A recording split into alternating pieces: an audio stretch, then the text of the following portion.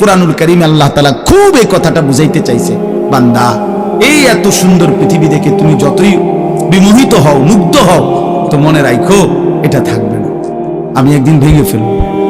ইযাস সামাউন ফাতারাত, আসমান ভেঙে চুরচুর হবে। ওয়া ইদাল কাওয়াকিবুন তাসারাত, তারকারাজি খসে খসে পড়বে।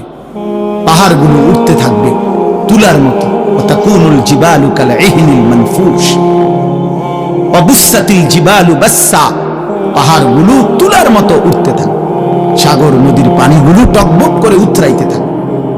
মা তার কোলের বাচ্চাকে ছুঁড়ে ফেলে দিবে। গর্ভবতী নারীর বাচ্চা নিজে নিজে বের হয়ে যাবে। সব মানুষ পাগলের মতো মাতালের মতো হয়ে যাবে।